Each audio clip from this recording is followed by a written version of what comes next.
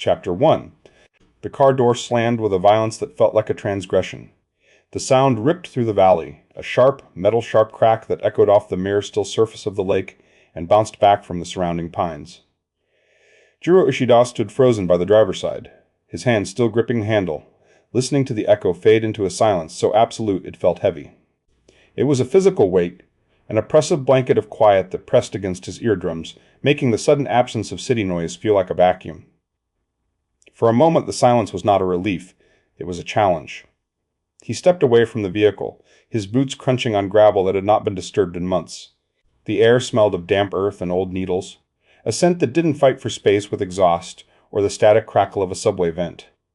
He walked toward the cottage, a small weathered structure of grayed timber that seemed to be sinking slowly into the loam. As he reached the porch, his left wrist twitched. He looked down at the bare skin, the ghost of a stainless steel watch still haunting his pulse. He had left the timepiece in a velvet box on his nightstand 3 days ago, yet the phantom itch of a deadline persisted, a ticking clock embedded in his marrow. He could almost hear the simulated scream of a dinner rush, the rhythmic clatter of pans, the sharp staccato orders of a kitchen operating at 100 miles per hour. Inside, the cottage smelled of dormant winters and cold ash.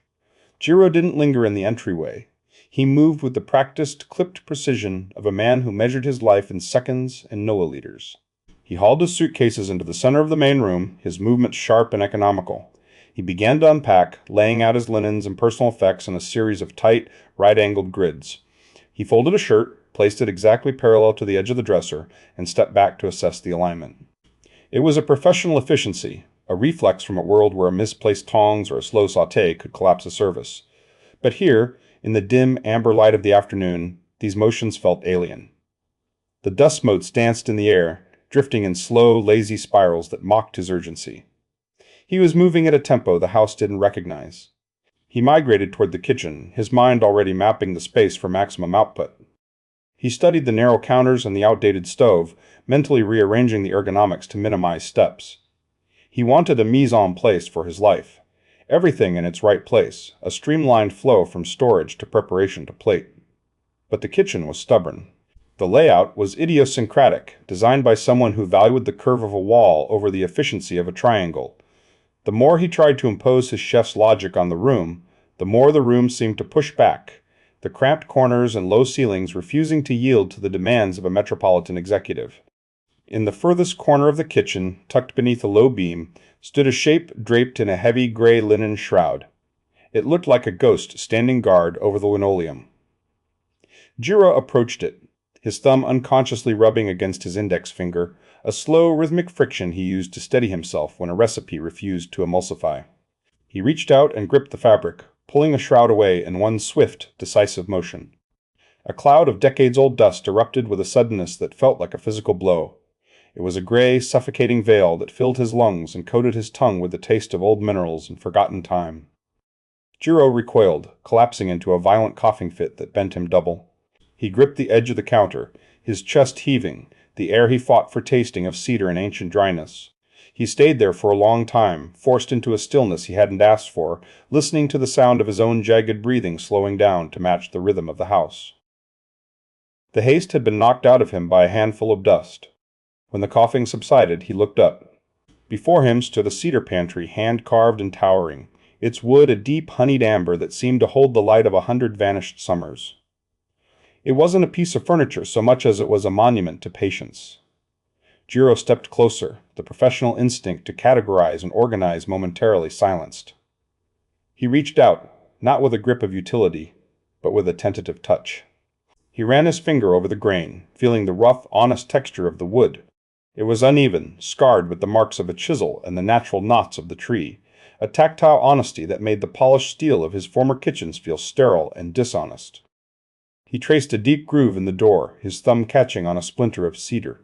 The wood felt warm, almost humming under his touch, as if it were still breathing. He found himself lingering on the sensation, the way the grain shifted from a tight, closed weave to a wide, sweeping curve. For the first time since he had arrived, the ticking in his wrist stopped. The silence of the valley didn't feel oppressive anymore. It felt like a space waiting to be filled, not with noise, but with attention. As he shifted his weight, he noticed a small, yellowed slip of paper tucked into the crevice of the pantry door. It was a handwritten note. The ink faded to a ghostly brown, the handwriting elegant but weathered. He pulled it out carefully, as if the paper might crumble under the weight of his gaze. There were only 5 words on the page: "Wait for the wood to speak." Jiro stared at the note, the simplicity of the command feeling like a riddle. He looked back at the cedar pantry, then at his own hands, still trembling slightly from the coughing fit. He thought of his certifications, his training in the finest institutes, the way he had been taught to command ingredients and bend heat to his will. He knew how to force a reduction, how to temper chocolate, and how to manage a staff of 20 under extreme pressure.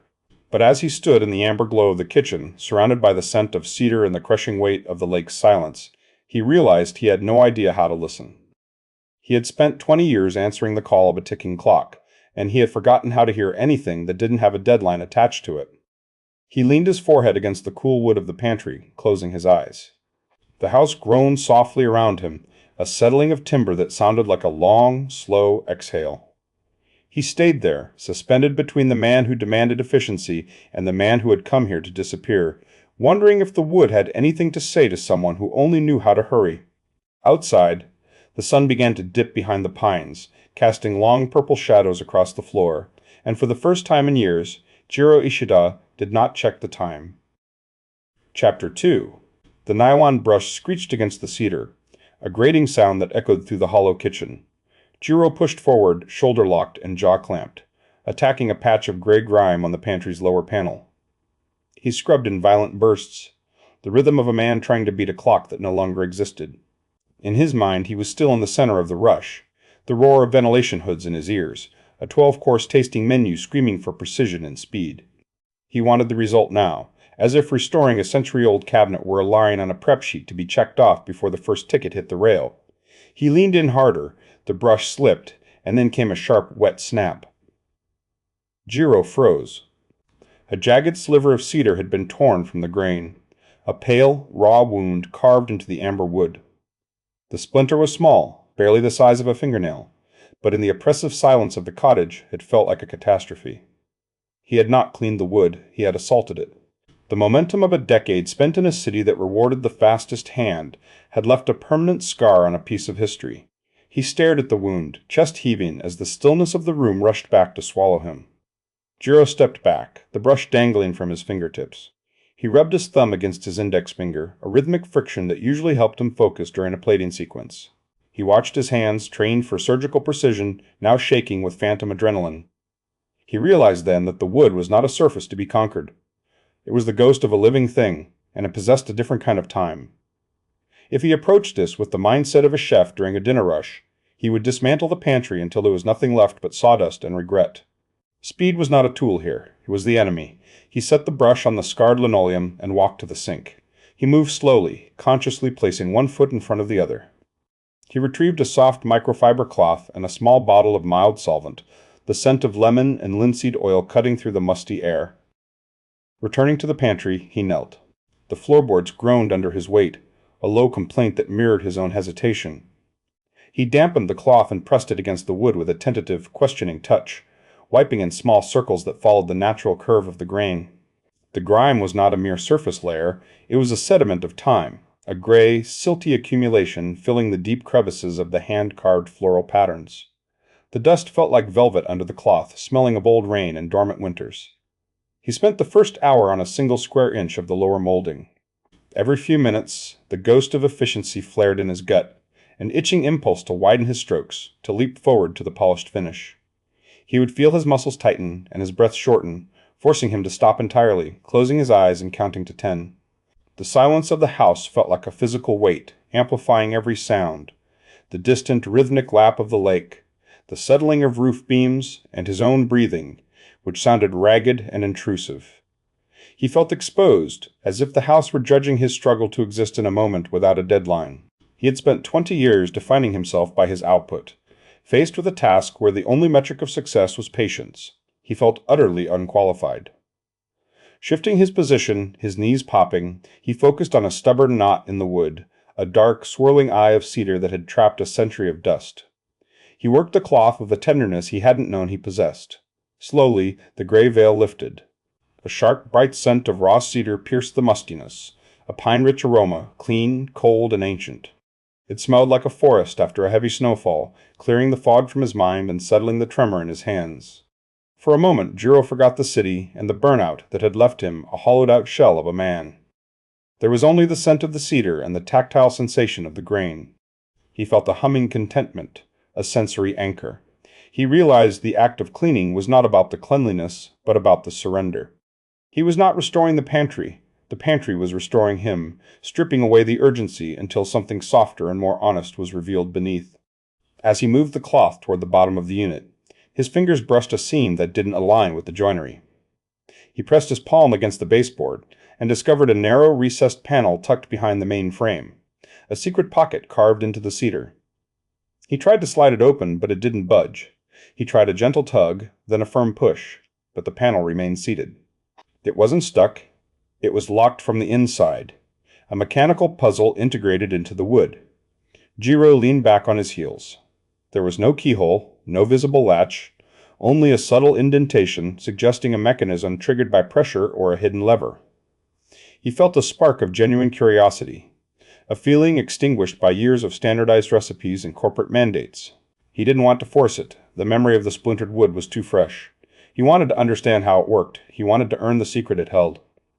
He sat in the amber light of the fading afternoon, wondering who had built this and why they had hidden something in the heart of the kitchen. The house felt different now, less like a refuge and more like a conversation.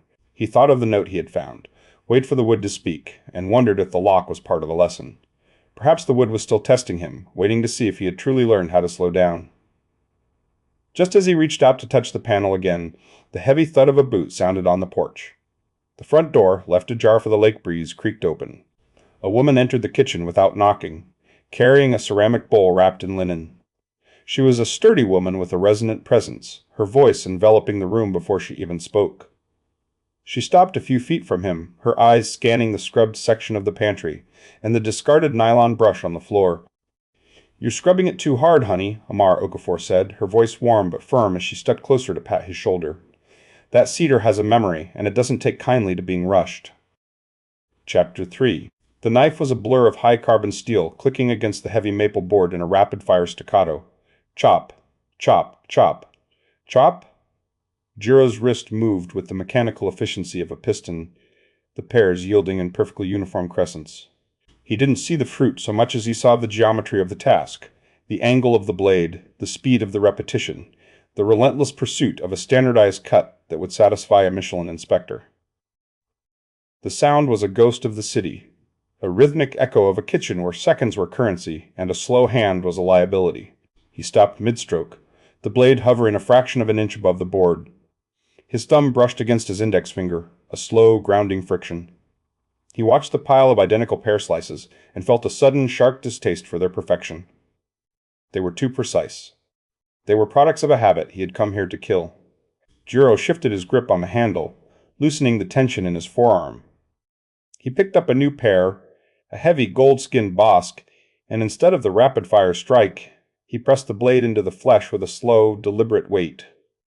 He felt the initial resistance of the skin, the slight give of the pulp, and the way the knife slid through the fruit like a secret being told. He focused on the sound, not the click of steel on wood, but the wet, soft hiss of the fruit parting. He wasn't chasing a clock, he was following the grain of the pear. He let the slice fall naturally, slightly asymmetrical, a human shape rather than a geometric one. He moved to the stove, where a small pot of water and a cinnamon stick waited. As he slid the pears into the simmering liquid, the scent began to bloom. It wasn't the aggressive synthetic cinnamon of a commercial bakery, but a deep, woody warmth that expanded to fill the small kitchen. The aroma drifted toward the cedar pantry, weaving through the sharp, pine-rich scent of the wood. The two smells collided in the air, the sweetness of the fruit and the ancient, grounding salt of the cedar, creating a fragrance that felt like a memory of a place he had never been. Jiro pulled out a heavy wooden chair, the legs scraping softly against the floor, and sat. He didn't check his phone. He didn't plan the next hour. He simply watched the pot. He leaned in, his gaze narrowing until the world shrunk to the size of the simmering liquid. He watched a single bubble form at the bottom of the pot, a shimmering sphere of gold and amber. It rose slowly, fighting the viscosity of the syrup, wobbling with an internal tension before it finally broke the surface with a soft, muted papa. He watched another, and another. The rhythm was irregular, organic, and entirely unhurried. Then it happened. A sudden, absolute silence descended upon his mind. It wasn't the absence of sound. The wind was still sighing against the eaves, and the pot was still whispering, but a cessation of the internal noise. The constant humming checklist of do this, fix that, improve this simply stopped. For the first time in a decade, the voice of the critic, the voice of the executive, and the voice of the exhausted man were all mute. It was terrifying. The stillness felt heavy, like a physical weight pressing against his chest. He felt a momentary surge of vertigo, as if the floor had vanished and he was suspended in a vast amber void. He felt as though he might simply dissolve into the silence, his identity stripping away like old varnish until there was nothing left of Jiro Ishida but a breath and a heartbeat. He gripped the edges of the wooden chair, his knuckles whitening, anchored to the world by the rough grain of the seat beneath him. He waited for the panic to arrive, but it didn't. Instead, the stillness began to feel like a cool cloth on a fevered brow. He stood up slowly, his movements fluid and heavy. He ladled a small portion of the pears into a ceramic bowl. There was no garnish, no reduction, no artistic smear of sauce on the plate. He took a bite. The pear was tender, the cinnamon humming softly in the background, the sweetness balanced by a natural tartness. He chewed slowly, focusing on the texture. He realized he was eating for the sake of the flavor and the warmth in his belly, not for the approval of a phantom audience. The food tasted honest. It tasted like enough. Outside, a sudden gust of wind swept across the porch, triggering a set of metal tang wind chimes. The sound was a melodic, shimmering disruption that shattered the silence, snapping him back into the physical space of the kitchen. He blinked, the edges of the room coming back into focus. The soft light of the late afternoon, the scent of cedar, the steam still curling from the pot. He felt a renewed pull toward the pantry. He walked over to the cedar unit, his steps light. He reached for a small tin of beeswax and linseed oil he had found in the utility closet. Using a soft lint-free cloth, he applied a small amount of the wax to a scarred section of the lower frame, near where he had previously splintered the wood. He rubbed the wax in a slow, circular motion. He watched with a quiet fascination as the dry, thirsty wood began to drink the oil. The pale, matte surface deepened into a rich, glowing amber. The grain, previously hidden under a layer of dust and neglect, emerged with a sudden clarity swirls and knots that told the story of a tree that had weathered decades of lakeside winters. He didn't rush the process. He treated the wood not as a project to be completed, but as a living thing to be tended. The act of polishing became a meditation, a way of saying, I see yous to the material. As he moved the cloth toward the baseboard, his eyes drifted back to the locked secret panel. He didn't try to force it. He didn't even touch it. He simply looked at it, acknowledging its presence as a question that didn't need an immediate answer. The urgency that had driven him to scrub and scrape just days ago had been replaced by a patient curiosity. He was learning that some things only open when the timing is right. He was just beginning to wipe away the excess wax when a sound drifted through the house. It wasn't the wind or the settling of the floorboards. It was a knock. 3 rhythmic, measured raps against the front door. Jiro froze, the cloth still pressed against the cedar. The house had felt like a sanctuary, a sealed vessel where he could disassemble himself and put the pieces back together in a different order. An unexpected visitor felt like a breach of that peace. He didn't move for a moment, listening to the silence that followed the knocks, wondering if the world outside was ready to reclaim him so soon. He studied the amber glow of the pantry, then at the door, and felt the slow, steady beat of his heart returning to a pace he could finally live with. Chapter 4. The door didn't just open, it exhaled. As Jiro pulled the heavy oak frame back, the cool, damp air of the lakeside evening rushed in to meet the scent of beeswax and cinnamon pears. Standing on the porch was Amara Okafor, her presence filling the threshold before she even spoke. She wore a thick, cable-knit cardigan the color of toasted oats, and her eyes held a brightness that seemed to acknowledge everything about Jiro, the flower on his apron, the lingering tension in his shoulders, and the quietude he had tried so hard to curate. "I hope you don't mind the intrusion," Amara said. Her voice was a rich, resonant contralto, enveloping Jiro like a heavy blanket. It wasn't the sharp, demanding tone of a sous chef or the clipped urgency of a restaurant manager. It was a sound that lived in the chest, slow and steady, demanding nothing but a moment of attention. In her arms, she cradled a loaf of savory bread wrapped in brown parchment paper.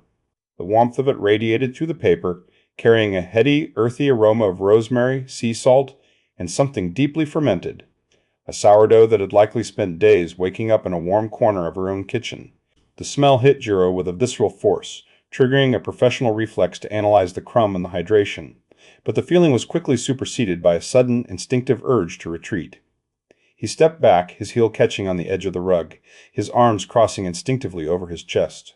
It was a ghost habit, a defensive posture honed through a decade of shielding himself from the erratic chaos of city kitchens, where a sudden visitor usually meant a crisis or a critique. Amara didn't recoil from his guardedness. She didn't ask if he was all right or comment on his hesitation. Instead, she stepped inside with a measured grace, her movements devoid of the frenetic energy Jiro had spent years embodying. She navigated the small entryway as if she had always known the geometry of the space, moving toward the wooden kitchen table. She placed the bread down with a soft thud, the parchment crinkling under the weight. As she turned back to him, she reached out and patted his arm. It was a grounding touch, firm and warm. Jiro stiffened, his muscles locking for a heartbeat, a reflexive rejection of the unexpected contact. But Amara's hand didn't linger long enough to be invasive. It was a brief, maternal punctuation mark. Slowly, the tension drained from his shoulders. He felt his breath, which he hadn't realized he was holding, release in a long, slow sigh. The silence that followed wasn't the empty silence of loneliness, but a shared, comfortable stillness. "I'm Amara," she said, her voice humming in the quiet room. "From the cottage with the blue shutters. I thought you might be hungry. The first week in this house is always the hardest, not because of the work, but because of the silence. It can be quite loud for someone not used to it." Jiro looked at the bread, then back at her. He found himself speaking in a rhythm he didn't recognize, his words spaced out by long, thoughtful pauses. "Thank you," he said. I didn't expect anyone." "The lake has a way of bringing people together just when they think they've finally found a way to be alone," Amara replied.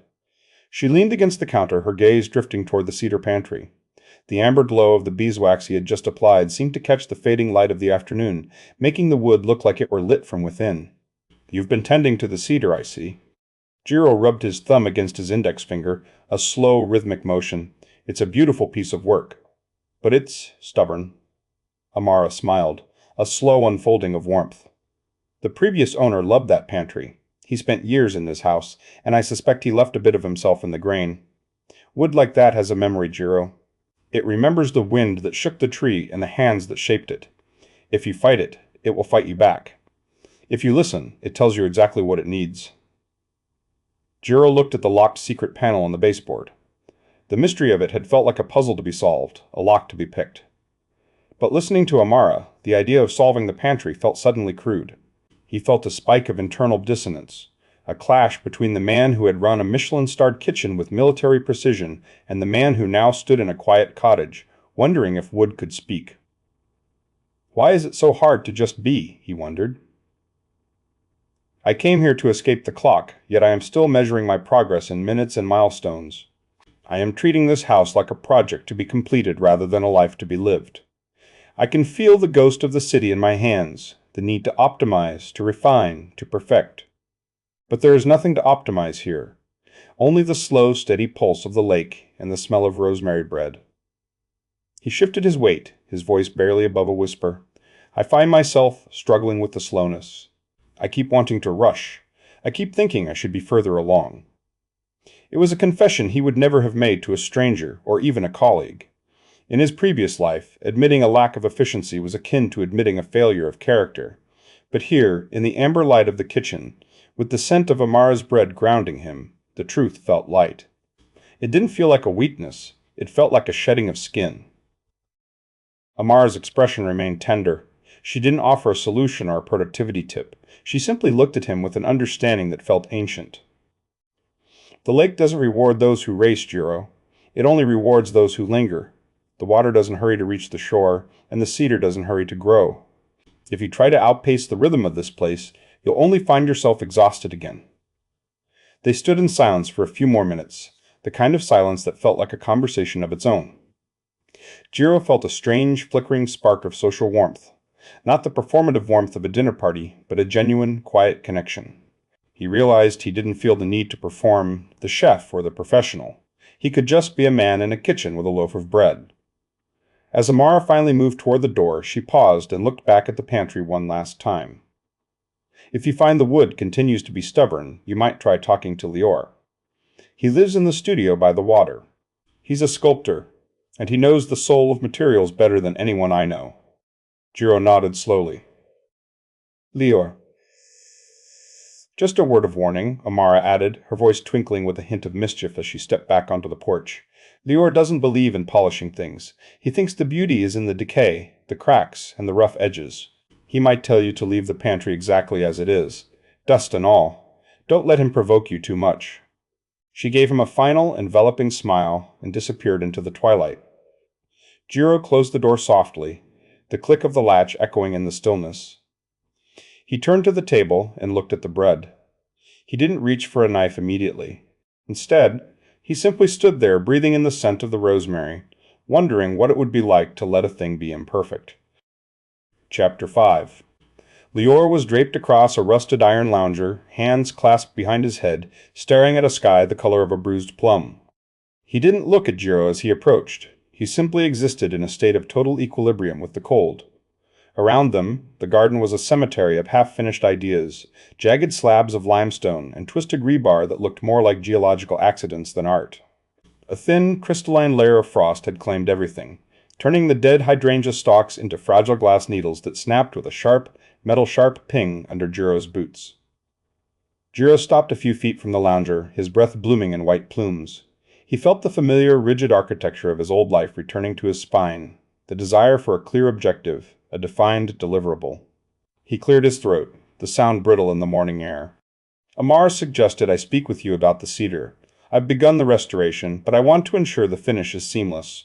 I'm aiming for a deep, mirror-polish something that restores the grain to its original pristine state. Lior didn't move. A low, rough sound vibrated in his chest, eventually escalating into a rough laugh that sounded like stones grinding together in a riverbed. He finally shifted his gaze, his eyes hooded and heavy, looking at Jiro not as a guest, but as a curious specimen. Pristine, Lior repeated, the word sounding like an insult. You're still talking like a man who manages a payroll. Perfection is a city lie, Jiro. It's a mask we put on things because we're terrified of the clock. Jiro felt a sudden sharp tension in his jaw. He rubbed his thumb against his index finger, the texture of his own skin feeling suddenly too smooth. It isn't about vanity, Jiro said, his voice regaining that clipped, executive cadence. It's about stewardship. If a thing is broken or weathered, the responsibility of the craftsman is to recover what was lost, to bring it back to its peak. Lior sat up slowly, the iron lounger groaning under his weight. He stood and beckoned Jiro toward a waist-high plinth of granite. On top sat a sculpture of a figure, or what had once been a figure, now half consumed by a thick velvet carpet of emerald moss. A deep fissure ran diagonally across the stone face, splitting the expression into two mismatched halves. The stone was pitted, weathered by decades of lakeside rain and winter freeze. Look at the crack, Lior commanded, his voice low-frequency and steady. If I had polished this stone, if I had filled that fissure with epoxy and sanded it until it shone, it would be a product. It would be a piece of furniture. But the moss, the way the water has carved its own path through the mineral, that is the story of the stone. The decay is where the value lives. The crack is the only part of this piece that is actually honest. Honesty isn't the same as utility, Jiro countered. He stepped closer, the scent of damp earth and cold stone filling his nostrils. A crack in a pantry shelf is a failure. A stain on the cedar is a flaw. Restoration is an act of recovery. It's about honoring the original intent of the maker. Lior leaned back, clasping his hands behind his head once more, returning to his posture of profound indifference. And who are you to decide what the intent was? The maker is gone. The wood has spent 50 years breathing the air of this lake, absorbing the damp and the salt. To erase that is to commit a kind of violence. You aren't recovering the wood, Jiro. You're trying to erase its history because you can't stand the thought of something you can't control. They fell into a heavy, ringing silence. Jiro didn't know how to respond to a challenge that didn't operate on the logic of efficiency. He turned away from the sculpture and looked toward the lake. The water was a sheet of hammered silver, the edges of the shore fringed with a glistening, crystalline frost that looked like powdered diamonds. It was breathtaking, but it was also fragile. He realized that if he stepped onto that ice, it would shatter. The beauty wasn't in the permanence of the ice, but in the fact that it was currently, precariously, there. "You're fighting the house," Lior said, though he remained staring at the sky. "The house is teaching you how to be still, and you're treating it like a project to be managed. If you want to actually learn the wood, stop trying to fix it. Try living with it." Jiro remained still, his gaze fixed on the horizon where the gray water met the gray sky. The tension in his shoulders hadn't vanished, but it had shifted from a sharp edge to a dull ache. He thought of the secret compartment he had found, the hidden space that had remained undisturbed for decades. That space hadn't been polished. It had been dark, dusty, and forgotten. It had survived precisely because it hadn't been perfected. "What would you have me do then?" Jiro asked, his voice softer, the rhythmic pauses returning. "Leave it to rot. I'm challenging you to a different kind of precision," Lior replied, glancing at him with the ghost of a smile. "Go back to your pantry. Do your polishing. Use your beeswax and your fine grit sandpaper. But leave one section wounded. Leave one corner raw, unpolished, and scarred. Let the wood tell the truth in one place, and see if you can sleep in a house that isn't a museum." Jiro didn't agree, but he didn't argue. He turned and walked back through the frost-nipped garden, the sound of his boots echoing the rhythmic knock he had heard on his door the day before. He felt a strange restlessness in his chest, a friction between the chef who demanded a flawless station and the man who wanted to disappear into the silence of the lake. The idea of leaving something wounded felt like an admission of defeat, yet, as he studied the Silver Lake one last time, he felt a flicker of curiosity about what that defeat might taste like. When he returned to the cottage, the air inside was heavy with the scent of old cedar and the lingering ghost of Amara's rosemary bread. He walked straight to the pantry, his mind already calculating the areas he could spare. Perhaps the underside of the lowest shelf, or the interior of the secret compartment. He wanted to see the wood in its raw state, to compare the polished lie with the weathered truth. But as he stepped into the kitchen, he stopped. A rhythmic, wet tap-tap-tap sounded from above. He looked up to see a dark, damp bloom spreading across the ceiling plaster, a slow leak that had finally surrendered to the autumn rains. A single heavy drop of water fell, landing with a precise, mocking splash directly onto the cedar shelf he had spent the previous afternoon waxing to a high, golden sheen. He watched as the water sat on the surface, a clear bead of intrusion, before slowly beginning to seep into the grain, leaving a dark, irregular ring in the center of his perfection. Chapter 6. Jiro stared at the water stain, a bruised amber blotch claiming the center of the shelf. It looked like a map of a country he didn't want to visit. The drop had violated the silence he had spent days constructing.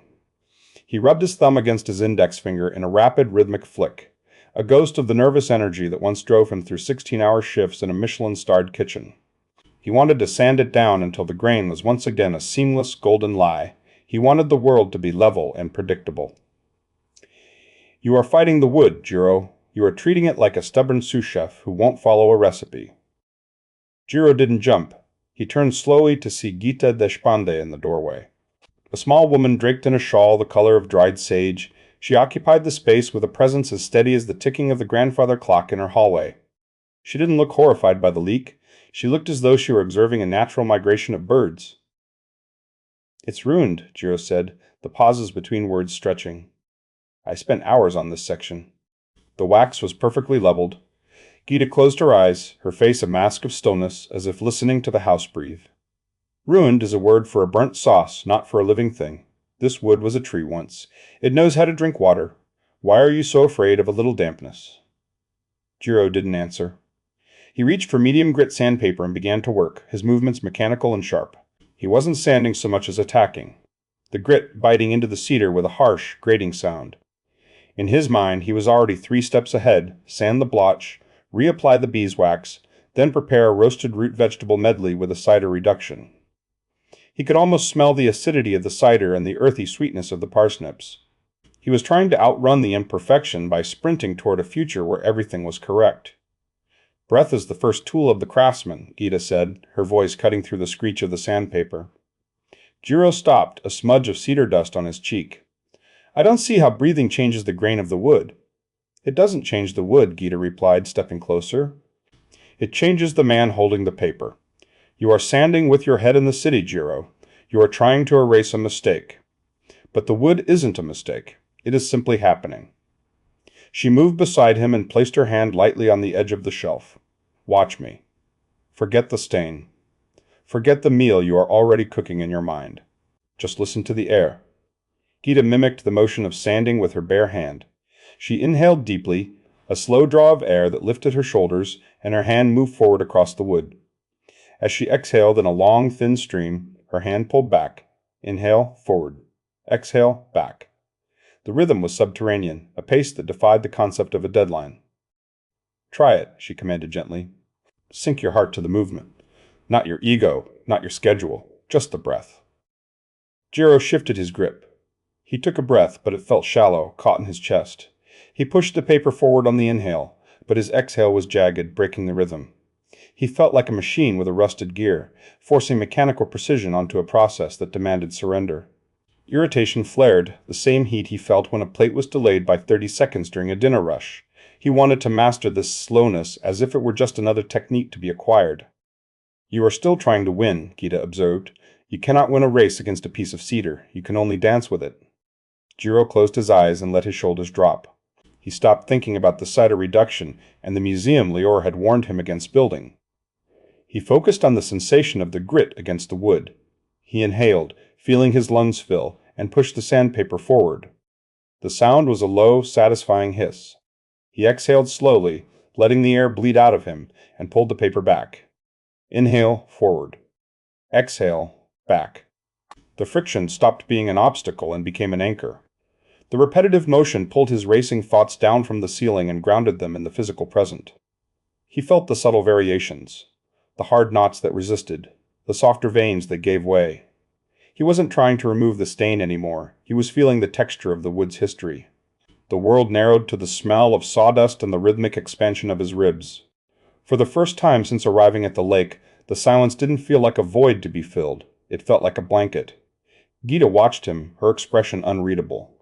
There, she whispered. You've stopped trying to fix the wood. You've started being with it. One is a war, and the other is a conversation. Jiro didn't respond. He didn't want to break the flow. He continued the rhythmic sanding, moving deeper into the inner rim of the pantry, where the wood was oldest and the shadows heaviest. He was no longer looking for the blotch, but simply following the grain into crevices he had previously ignored.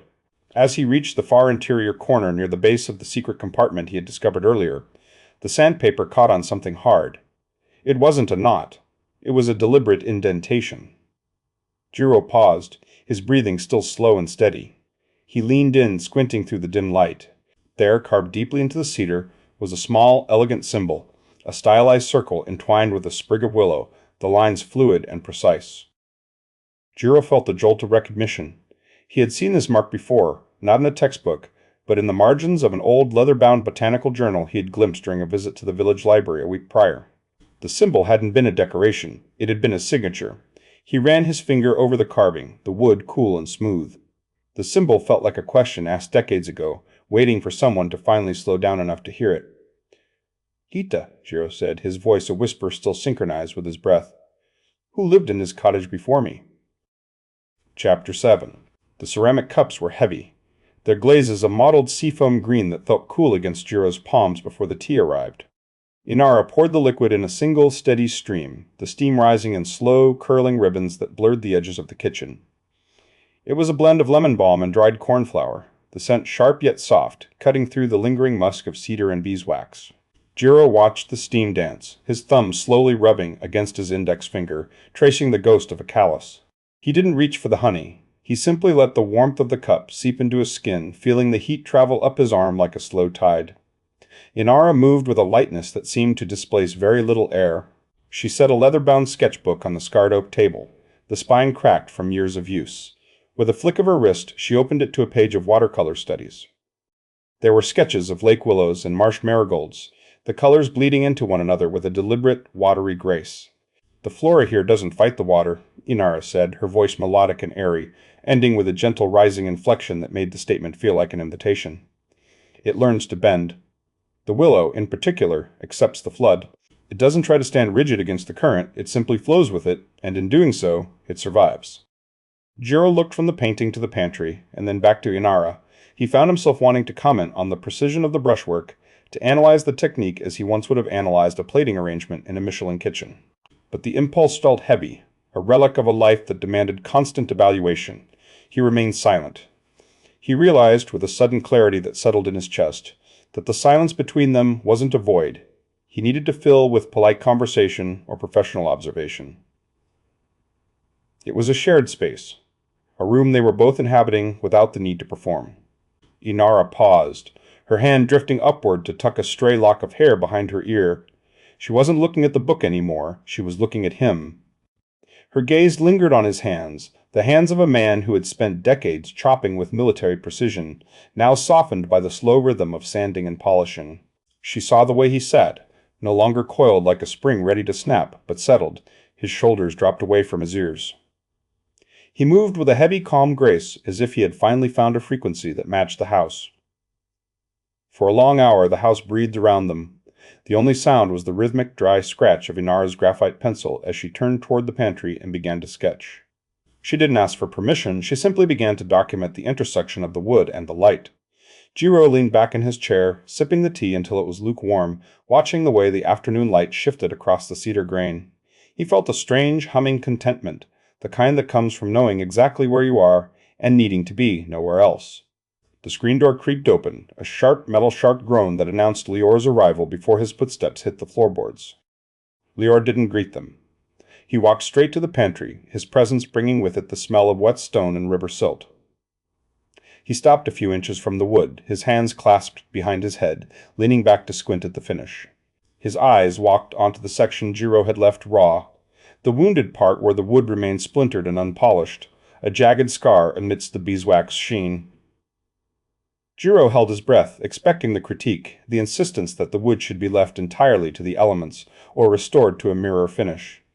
Instead, Lior gave a single, slow nod of approval. "It's honest," Lior said, his voice a low-frequency grabble that seemed to vibrate in the floor.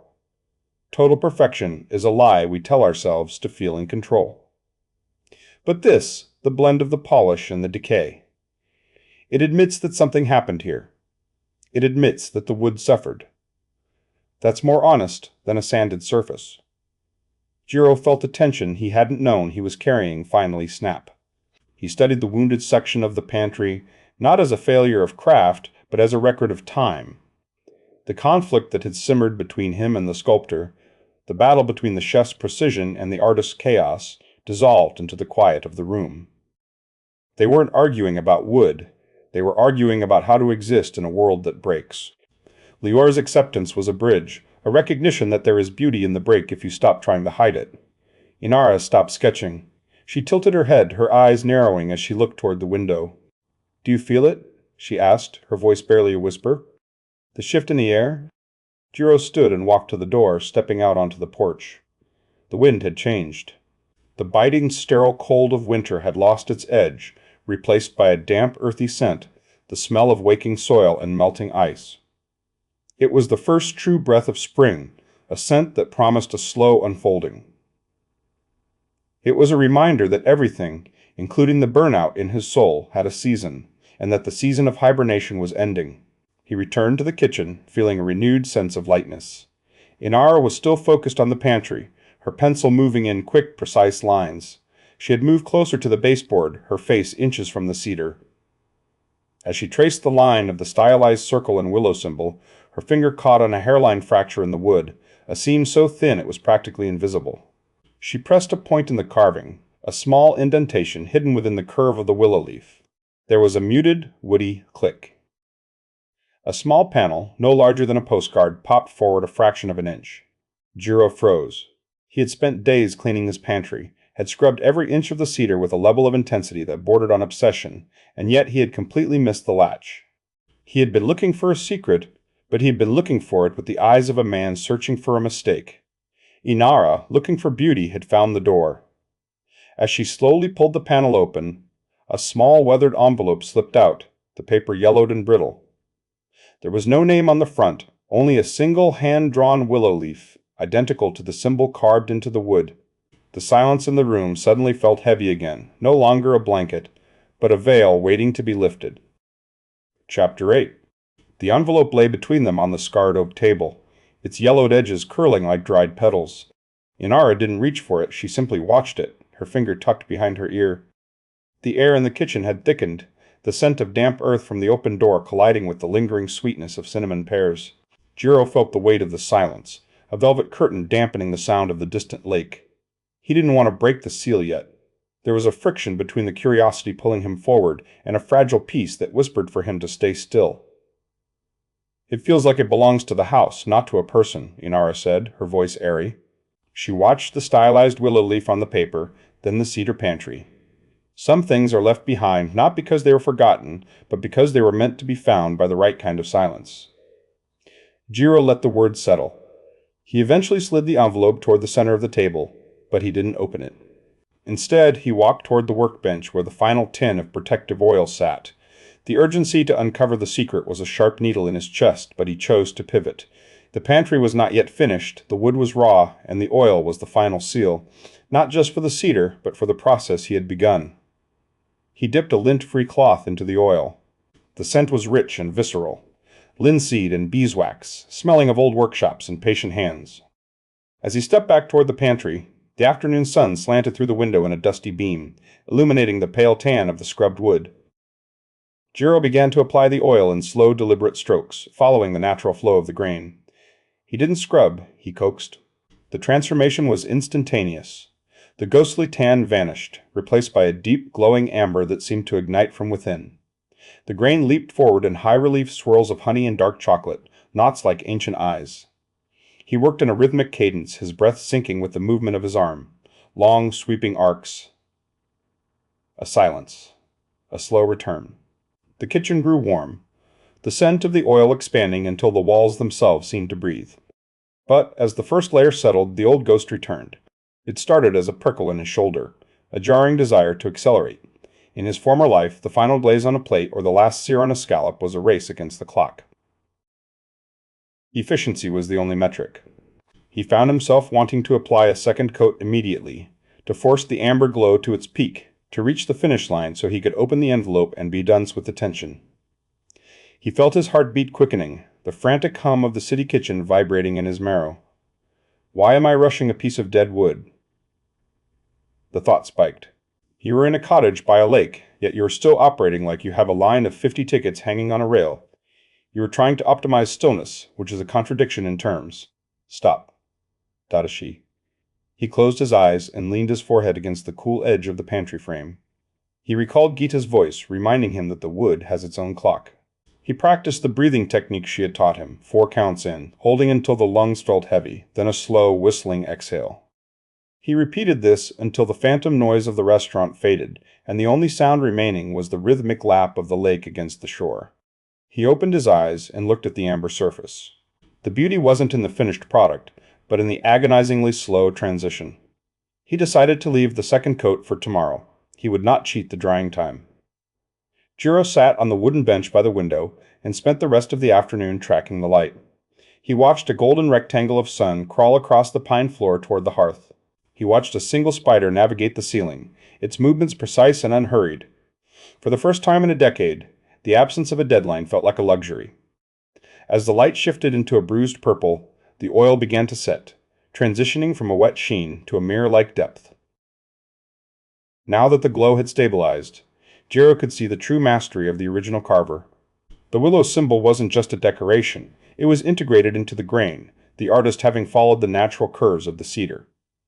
The carver had listened to the wood rather than imposing a will upon it. He reached out and touched the surface. It was tacky, a slight resistance that clung to his skin. A warning. The wood demanded 24 hours of solitude. He withdrew his hand, respecting the boundary. He looked back at the envelope. The mystery of the willow leaf remained, but the urgency had vanished. The envelope was no longer a puzzle to be solved, but a gift to be opened in the proper season. The pantry had become a physical map of his own recovery. The scrubbing was the purging of burnout, the sanding was the smoothing of jagged edges, and the oiling was the slow process of bringing back the glow. Inara looked up from her journals as the last sliver of sun disappeared behind the tree line. She studied the glowing amber of the pantry and then at Jiro, giving him a small, knowing nod. Jiro walked over to the envelope. He didn't pick it up. Instead, he placed a smooth river stone on top of it to keep it from sliding. He would wait until morning. As he turned off the kitchen light, the scent of cedar and linseed lingered in the dark, a promise of a slow unfolding. But as he reached for the door, he noticed something he had missed in the twilight. A second, smaller slip of paper had fallen from the envelope, landing face down on the floor. He knelt to retrieve it, and as he turned it over, he saw not a letter, but a hand-drawn map of the lake, with a single red X marking a spot in the woods where no trail existed. Chapter 9. The soil was cold, a damp, heavy velvet that clung to Jiro's fingernails as he knelt in the garden. He didn't mind the grit. He spent a long moment simply watching a single wild ramp, its blade a translucent neon green against the dark loam before he reached for it. He didn't pull with the efficiency of a line cook clearing a station. Instead, he slid his fingers beneath the bulb, feeling the tension of the earth, and lifted it with a slow, steady pressure. The scent hit him immediately, a sharp, pungent garlic note tempered by the sweetness of a waking forest. He placed the ramp into his wicker basket, where it joined a handful of young sorrel and dandelion greens, their leaves still beaded with a dew that refused to evaporate in the soft spring air. He moved through the garden as if he were reading a poem, pausing to observe the way the light filtered through the budding maples. There was no checklist in his mind, no prep list to be checked off by noon. He only wanted what the earth was offering in this exact window of time.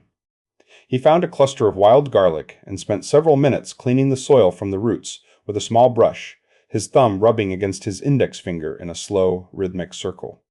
The urgency that had once defined his life, the ticking clock of a dinner rush, the frantic heat of a professional kitchen, felt like a memory of a language he no longer spoke.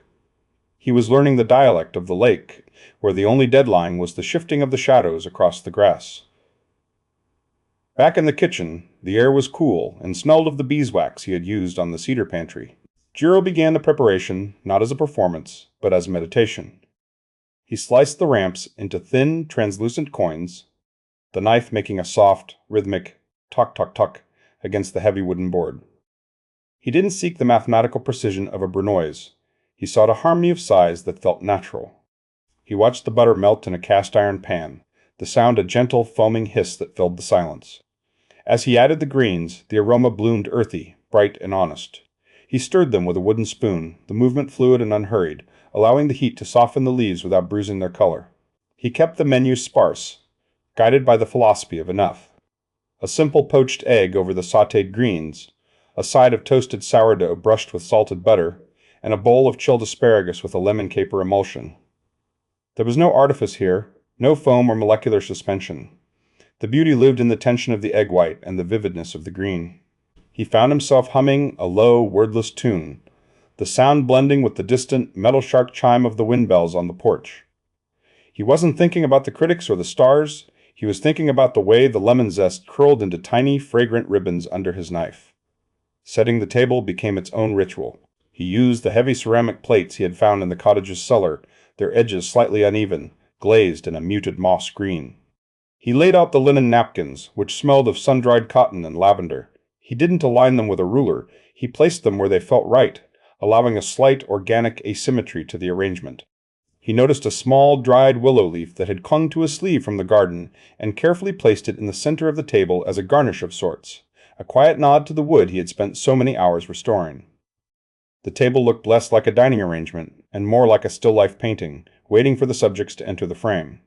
The first to arrive was Amara, her presence announced by a resonant, warm laugh that seemed to vibrate in the hallway before she even entered the room. She carried a savory tart, the crust a deep golden brown, smelling of caramelized onions and thyme. She stepped into the kitchen and immediately reached out, patting Jiro's shoulder with a firm, affectionate hand. "You look lighter, Jiro," Amara said, her voice enveloping him like a heavy wool blanket. "The edges of you have softened. I can tell by the way you're standing."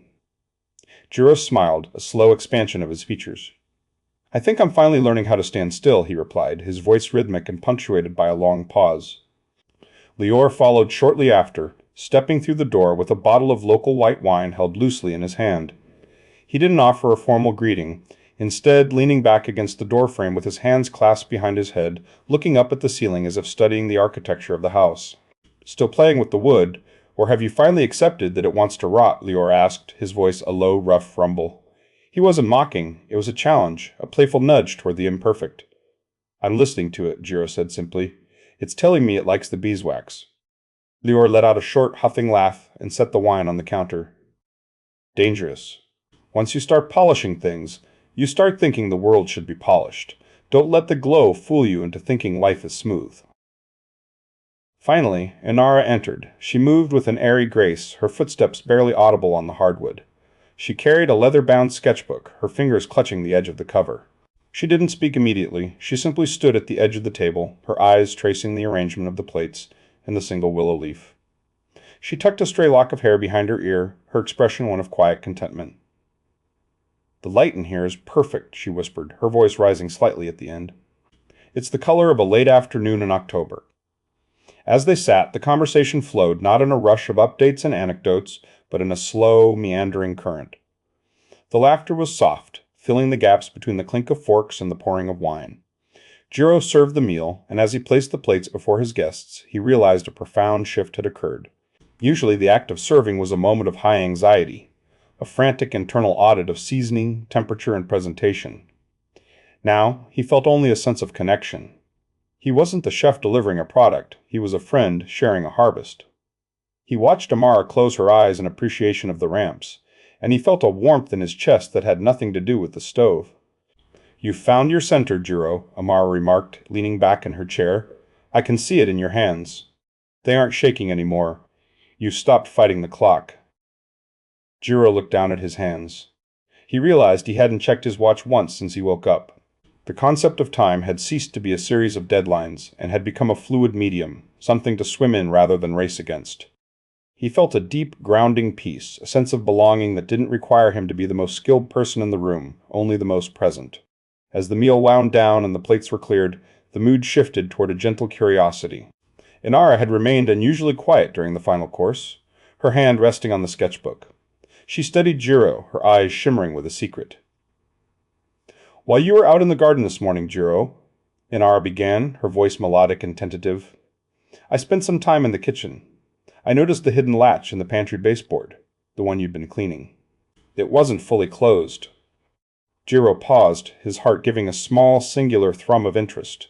He remembered the secret compartment, the one he had decided to leave alone until the wood had fully cured. I didn't want to intrude, Inara continued, reaching into her bag and producing a bundle of yellowed envelopes tied with a piece of frayed twine. But the wood had already given way. These were tucked inside. They're letters, Jiro. A collection of letters from the man who built this cottage, written to someone he loved but could never quite reach. Jiro reached out, his fingers hovering just above the aged paper. The mystery of the willow leaf, the map in the envelope, and now these voices from the past converged in the quiet of the room. He felt a pull toward the letters, but also a lingering hesitation. The peace he had found was fragile, and the past always arrived with a cost.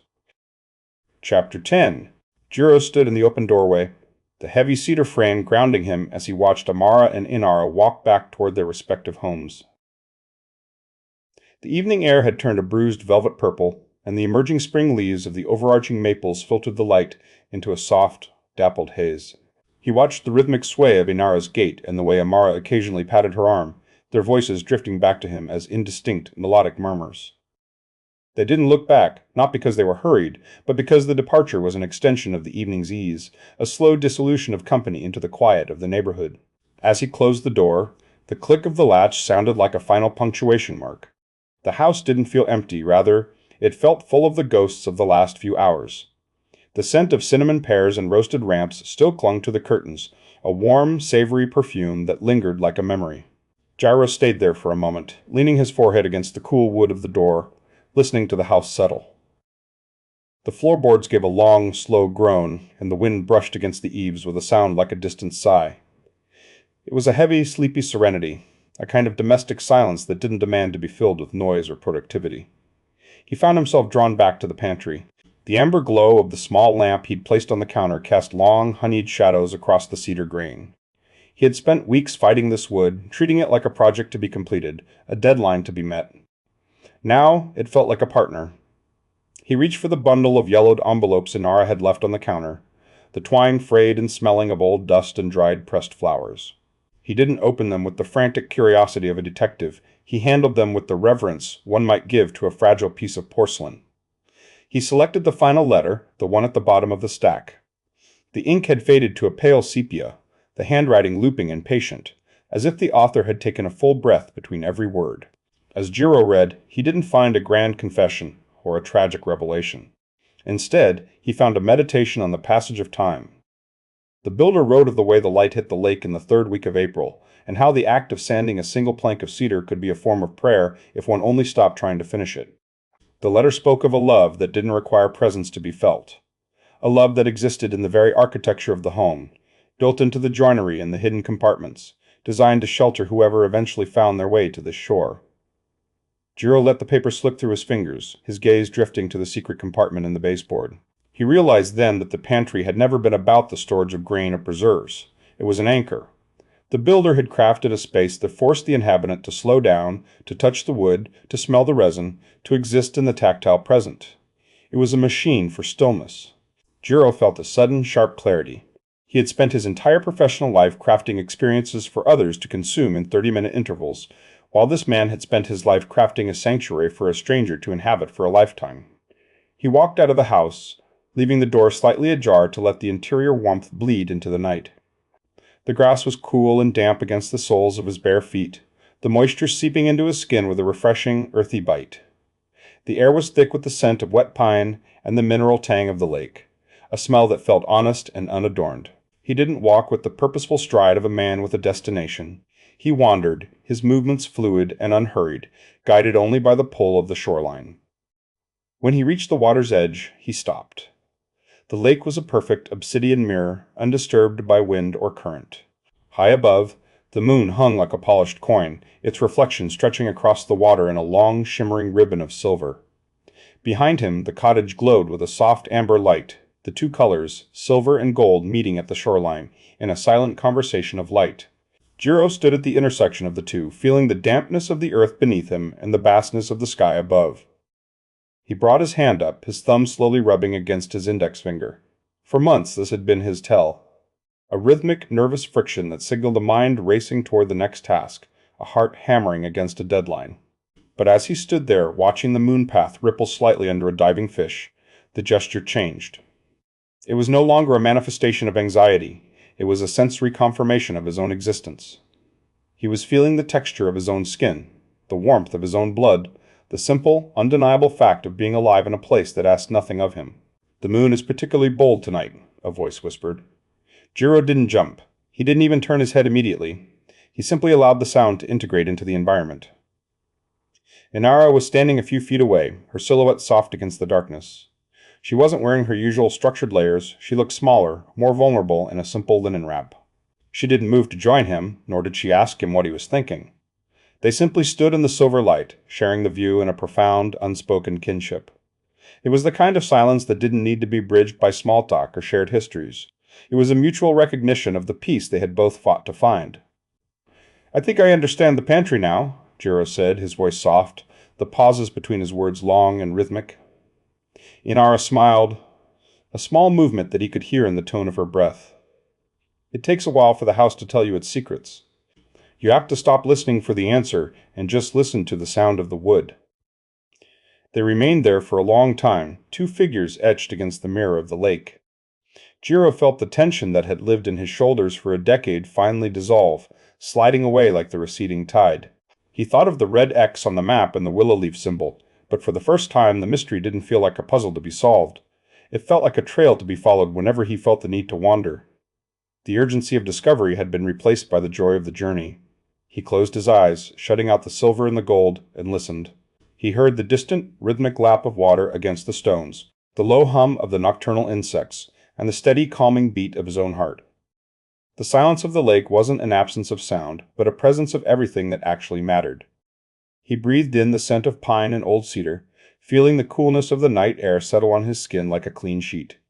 In the darkness, Jiro finally let go of the ghost of the chef he had been. He didn't need the precision of the knife or the adrenaline of the rush. He only needed this, the damp grass, the smell of the earth, and the knowledge that he was no longer racing toward a finish line. He was exactly where he belonged, anchored in the amber grain of the present, drifting slowly and happily into the deep, velvet quiet of the night.